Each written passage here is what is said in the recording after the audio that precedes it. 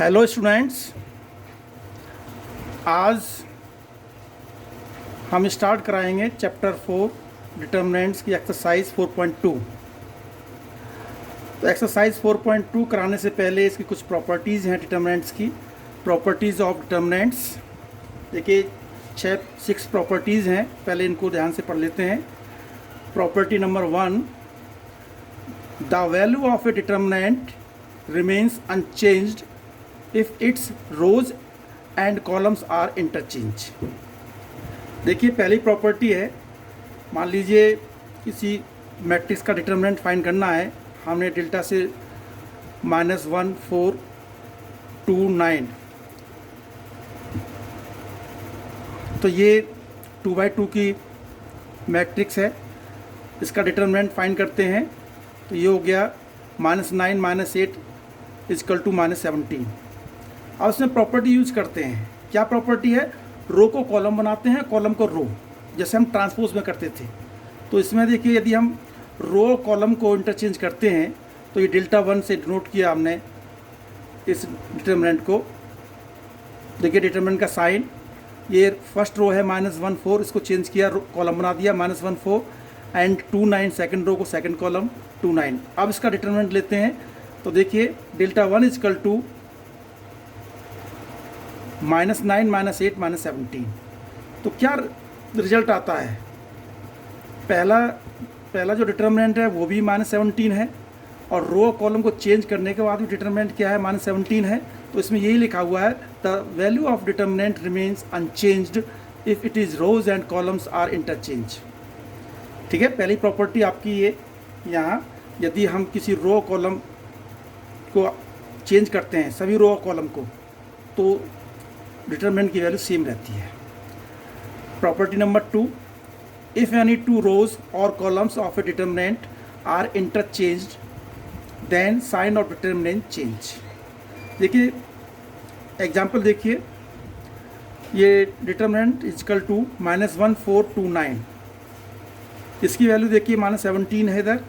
यदि हम R1 R2 को चेंज करते हैं, ये R1 है, ये R2 है, तो R2 आपका इधर 2 9 हो गया R1 की, और जो R1 था -1 4 वो R1 हो गया -1, ये R2 हो गया -1 4। आज इधर देखिए इसकी डिटर्मिनेंट वैल्यू क्या होगी? 8 + 9 17, इधर -17 था, इधर 17 हो गया। तो इसका क्या है? इफ़ एनी 2 रोज और columns of a determinant are interchange, यदि कोई 2 रो या कोई 2 कॉलम को इंटरचेंज करते हैं तो डिटर्मिनेंट की वैल्यू में नेगेटिव साइन आ जाता है, साइन ऑफ डिटर्मिनेंट चेंज। यदि माइनस का साइन पहले है तो प्लस का हो जाएगा, प्लस का है तो माइनस का हो जाएगा। तो सेकंड प्रॉपर्टी आपकी ये है। ऐसा ही हम कॉलम को चेंज कर सकते हैं। यहाँ मैंने रो से लिया है, यहाँ जैसे C1 को C2 में आप चेंज करें तब भी रिजल्ट आपका सेम आएगा।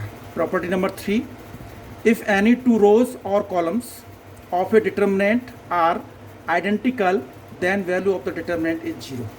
देखिए यदि कोई 2 रो या 2 कॉलम आइडेंटिकल हैं then the value of determinant is 0। For example, जैसे मैंने ये 3×3 का एग्जांपल लिया हुआ डिटर्मिनेंट 1 - 1 3 2 8 7 1 - 1 3।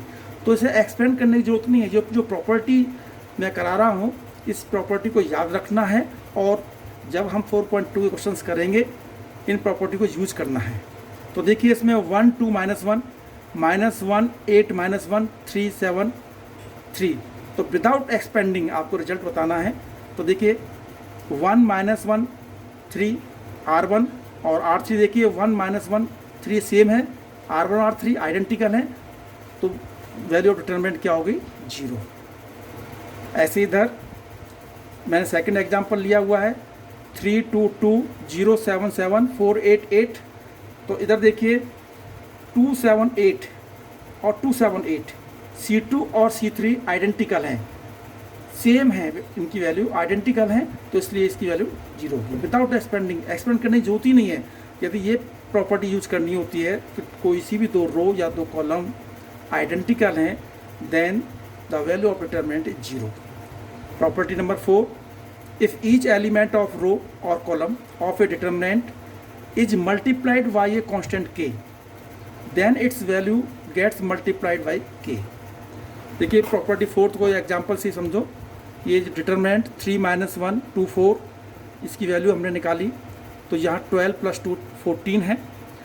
अब इसमें सपोज करो मैं प्रॉपर्टी यूज करता हूँ R2 = 3R2, यानी किसी रो या कॉलम में मैं k से मल्टीप्लाई करता हूँ। k is the constant number है, तो यहाँ k की जगह मैंने 3 ले लिया, तो न्यू डिटरमिनेंट आपका Δ1 = देखिए 3 - 1 R1 तो सेम है, R2 को चेंज किया।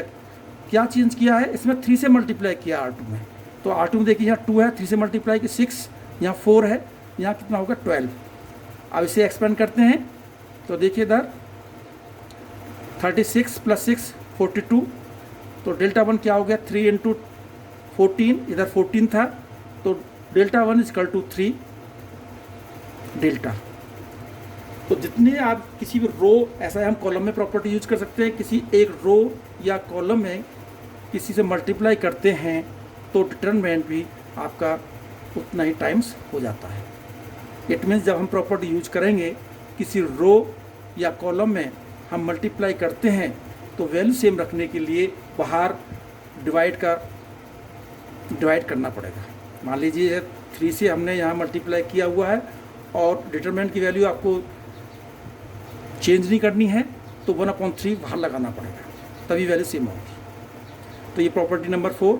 प्रॉपर्टी नंबर 5, इफ सम और all elements of a row और columns of a determinant are expressed as the sum of 2 और more terms, then the determinant can be expressed as the sum of 2 or more determinants। देखिए example से समझो। इसमें suppose करो ये कोई determinant है a1 + λ1, a2 + λ2, a3 + λ3, b1 b2 b3 c1 c2 c3। इसकी वैल्यू हम फाइंड कर लेते हैं। अब देखिए इसे हम 2 उसमें डिटरमिनेंट में एक्सप्रेस करते हैं। इसे a1 b1 c1, a2 b2 c2, a3 b3 c3 plus, जहाँ ये प्लस का साइन लगा हुआ है λ1 λ2 λ3, इसकी अलग रो बना लिया, λ1 λ2 λ3, b1 b2 b3 c1 c2 c3। तो ये कहना चाह रहा है कि इस तरह से यदि कहीं आपका इसमें सम का साइन लगा हुआ है तो उसे हम 2 डिटरमिनेंट्स में या 3 डिटरमिनेंट्स में, जैसे क्वेश्चन अकॉर्डिंग क्वेश्चन दिया हुआ है उसमें हम एक्सप्रेस कर सकते हैं। Property number 6, if to each element of any row or a column of a determinant the equimultiplies of corresponding elements of other row or column are added, then value of determinant remain the same। देखिए ये property भी important property है, इसका example से समझो तब explain कराऊंगा इसे। मान लीजिए ये डिटरमिनेंट 1 0 3 - 1 2 0 3 4 5, इसको एक्सपेंड किया अलोंग R1, तो एक्सपेंड करने के बाद में देखिए इधर ये वैल्यू आपकी -20 आई है। अब सपोज करो हम किसी रो या कॉलम, ये जो प्रॉपर्टी हैं रो और कॉलम दोनों के लिए हैं। सपोज करो मैं रो को मैंने चेंज किया है R3 को R3 + 3R2। R3 में क्या है, जिसकी भी रो या कॉलम को चेंज करते हैं वो स्टार्टिंग में लिखते हैं, राइट, इधर लेफ्ट हैंड साइड में। तो R3 आपकी ये है 3 4 5 + 3R2, यानी R2 में 3 से मल्टीप्लाई कीजिए और R3 के साथ में ऐड करें। तो देखिए R1 तो एज इट इज़ 1 0 3, R2 देखिए एज इट इज़ -1 2 0, क्योंकि इसको चेंज नहीं करना है, इसको चेंज करना है, R3 को चेंज करना है। तो R3 3 है, 3 से मल्टीप्लाई 3 - 3 0, इधर 4 × 6 10, 5 × 3 × 0 0, 5 + 0 5। तो ये न्यू डिटरमिनेंट है, इसे एक्सपेंड करते हैं। देखिए एक्सपेंड करने के बाद में यहाँ आपका -20 आता है। तो यहाँ ये प्रॉपर्टी बहुत इंपॉर्टेंट प्रॉपर्टी है। तो इस तरह से हम किसी रो या किसी कॉलम को करस्पॉन्डिंग एलिमेंट से मल्टीप्लाई करने के बाद में ऐड कर सकते हैं, सब्ट्रैक्ट कर सकते हैं, तो डिटरमिनेंट की वैल्यू आपकी सेम आती है। तो 6 प्रॉपर्टी हैं, ये कॉलम के साथ भी हैं और रो के साथ भी है। तो अकॉर्डिंग क्वेश्चंस आपको जहाँ जैसे ज़रूरत पड़ती है कॉलम में यूज करनी है या रो में चेंज करनी है स्टूडेंट्स, आपको प्रॉपर्टी यूज करनी है। तो देखिए 6 प्रॉपर्टी हैं। अब हम एक्सरसाइज स्टार्ट कराते हैं। 4.2 एक्सरसाइज। तो देखिए 4.2 एक्सरसाइज में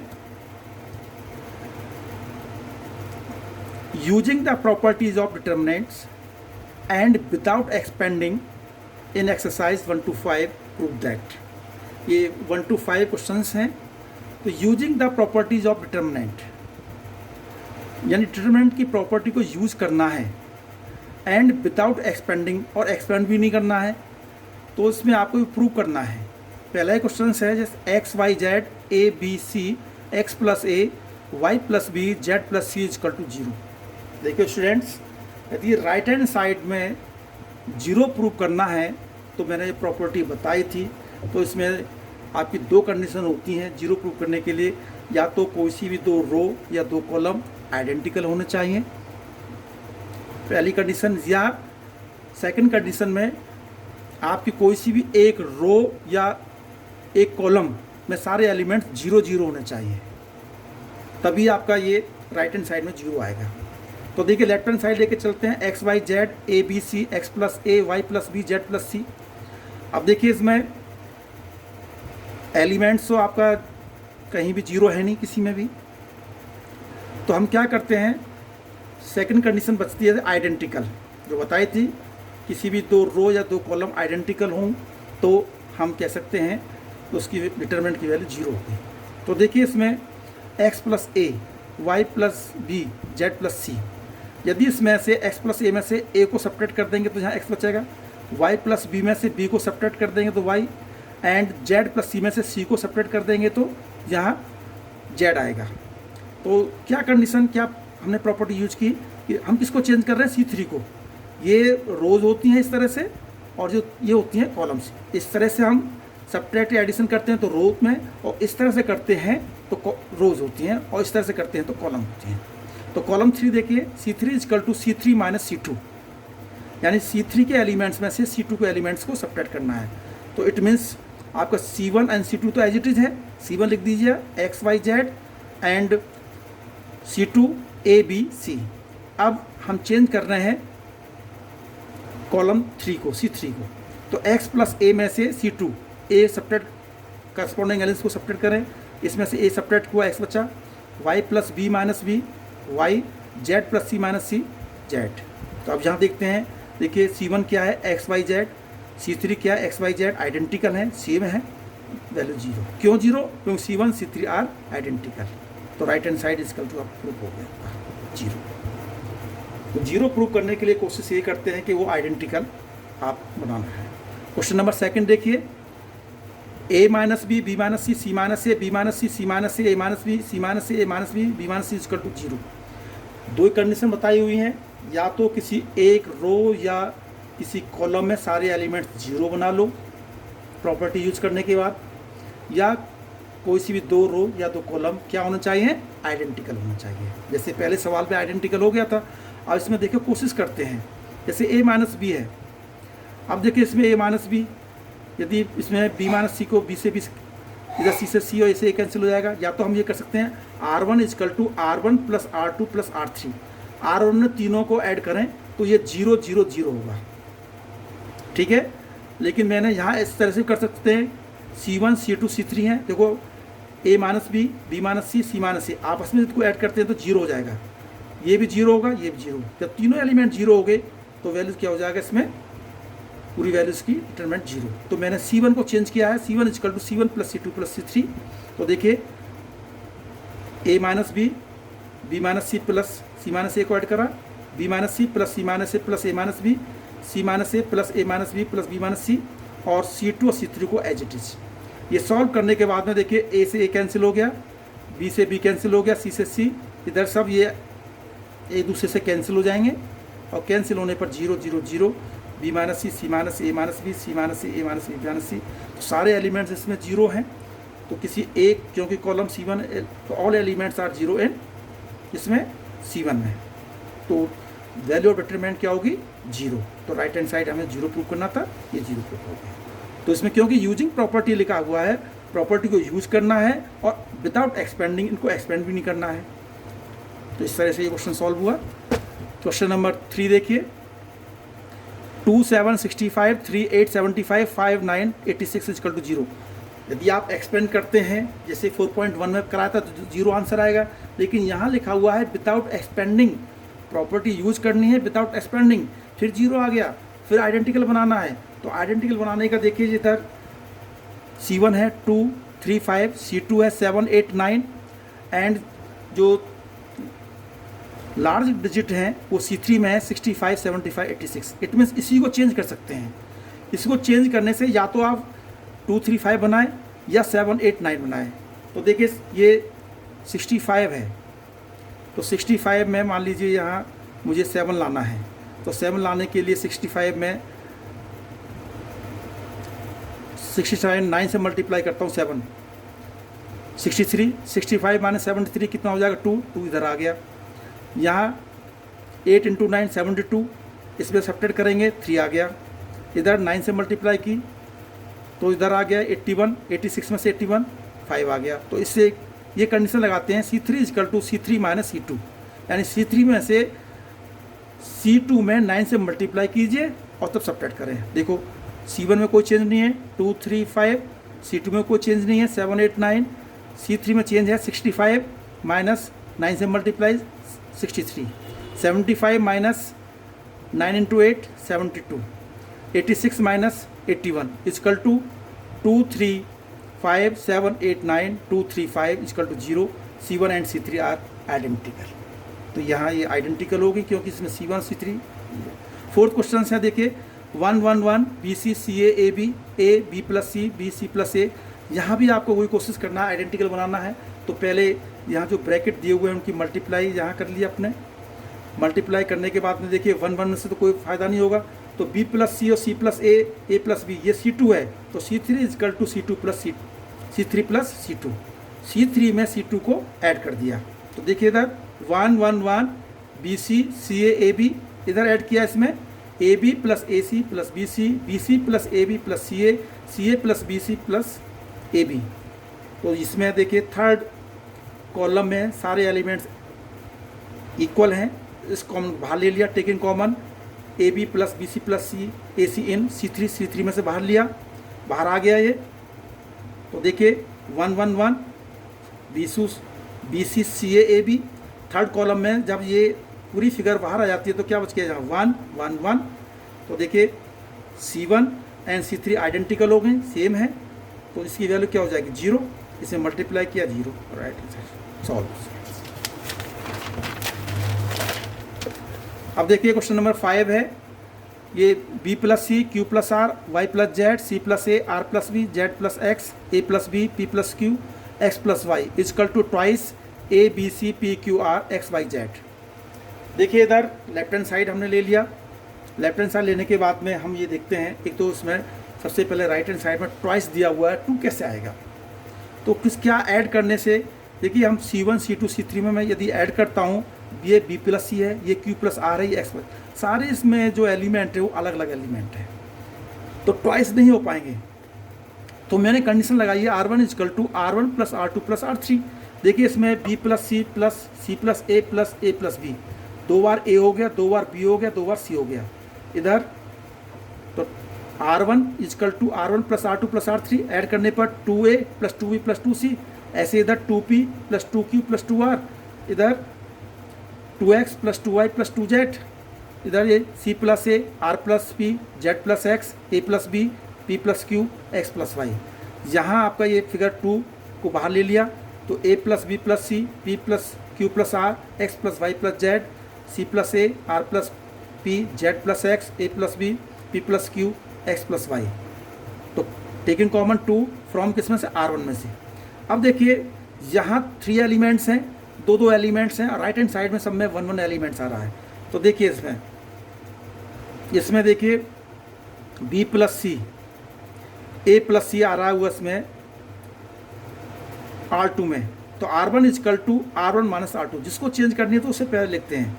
तो R1 is equal to R1 minus R2, R1 के एलिमेंट में से R2 के एलिमेंट को सब्ट्रैक्ट करना है। तो ट्वाइस, देखिए यहाँ C प्लस एक B बच गया, R प्लस भी यहाँ से कट गया, Q बचा, यहाँ से Z प्लस X है तो यहाँ Y बचा। तो क्योंकि R1 चेंज किया है, R2 और R3 एज इट इज़। अब यहाँ तो आ गया। अब देखिए इसमें R3 is equal to R3 minus R1, R3 में से R1 को, क्योंकि यहाँ से B कैंसिल हो जाएगा तो यहाँ बच गया A, P plus Q minus Q, P बच गया, X plus Y minus Y, X बच गया। अब रह गया आपका सेकंड रो। सेकंड रो में डबल एलिमेंट्स हैं, सिंगल एलिमेंट्स में करना है। तो देखिए इसमें R2 is equal to R2 minus R3 is equal to twice BQYCRZ APQ, ये आ गया। लेकिन यहाँ देखिए रिजल्ट हम देखते हैं तो ये रो में चेंज है, तो मैंने यहाँ R2 इंटरचेंज R3 तो प्रॉपर्टी बताई थी, सेकंड प्रॉपर्टी बताई थी, यदि कोई सी भी दो रो चेंज करते हैं तो साइन उसका चेंज हो जाता है। तो मैंने R2 R3 को चेंज किया तो माइनस का साइन बाहर आ गया। ट्वाइस देखिए BQY सेम है, जहाँ R2 था वहाँ R3 APX और जहाँ R2 था वहाँ R3 CRZ। नाउ फिर हमने चेंज किया, R1 इंटरचेंज R2 को चेंज किया तो यहाँ देखिए माइनस का 1 साइन है। माइनस का 1 क्यों हो गया? क्योंकि माइनस तो यहाँ ऑलरेडी था, जब यहाँ प्रॉपर्टी यूज करोगे फिर माइनस का साइन आएगा तो -1 स्क्वायर हो गया। ट्वाइस APX BQY CRZ, यहाँ माइनस का 1 स्क्वायर प्लस में हो जाएगा 2 और ABX BQY CRZ, ये राइट हैंड साइड हमें यहाँ मिल गया। तो ये क्वेश्चन आपका सॉल्व हो गया। क्वेश्चन नंबर 5 है, आप देखिए इसमें यूज वाई यूजिंग प्रॉपर्टी और determinant in exercise 6 to 14 show that. Question number 6 है, अब उसमें प्रॉपर्टी को यूज करना है।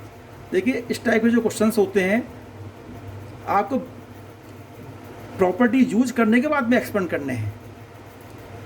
कम से कम 2 प्रॉपर्टी, आपको जो 6 प्रॉपर्टी बताई हुई है उसमें से कम 2 प्रॉपर्टी आपको यूज करनी है और 2 प्रॉपर्टी के बाद में जो डिटर्मिनेंट है उसको एक्सपेंड करना है, उससे पहले नहीं करना। तो देखिए 0 minus A B, A 0 C minus B minus C 0 equal to 0, ये थोड़ा अलग टाइप का क्वेश्चन है क्योंकि बराबर में 0 प्रूव करना है। तो लेफ्ट हैंड साइड में देखिए मैंने ये 0 A minus B minus A 0 minus C B C 0। आप यदि इस क्वेश्चन को डायरेक्ट एक्सपेंड करते हैं तो आंसर तो 0 आ जाएगा, लेकिन जो मार्क्स हैं वो 0 मिलेंगे। स्टूडेंट्स क्यों 0 मिलेंगे? क्योंकि ऊपर लिखा हुआ है by using properties of determinant. पहले प्रॉपर्टी को यूज कीजिए उसके बाद में एक्सपेंड करना है। तो देखिए मैंने determinant is equal to delta is equal to 0 A minus B minus A 0 minus C B C 0। मैंने प्रॉपर्टी आपकी इसमें यूज की है, पहली प्रॉपर्टी जो रो कॉलम को चेंज करते हैं। तो देखिए फर्स्ट रो को first column 0 A minus B minus A 0 minus C B C 0, इसको बना लिया। अब देखने में तो सेम लगती है लेकिन माइनस का डिफरेंस आ रहा है, तो taking common -1 from R1 R2 R3, R तीनों में से -1 इसमें से कॉमन, -1 इसमें से कॉमन, -1 तो -1 क्यूब हो गया। तो यहाँ 0 हो गया, साइन चेंज हो जाएंगे अंदर के, 0 यहाँ A यहाँ माइनस का B, ये माइनस का A 0 माइनस C, यहाँ B C 0। अब देखिए ये सेम जो ऊपर दिया हुआ था जिसकी वैल्यू हमें फाइंड करनी थी सेम है। तो डेल्टा इजकल टू, इसको हमने क्या ले लिया क्योंकि यहाँ माइनस का साइन है, माइनस डेल्टा हो गया, इधर ले गए delta plus delta is equal to 0, 2 delta is equal to 0, delta is equal to 0, right hand side आपका प्रूव हो गया। क्वेश्चन नंबर 7 देखिए determinant minus A square A B A C B A minus B square B C C A C B minus C square is equal to 4 A square B square C square.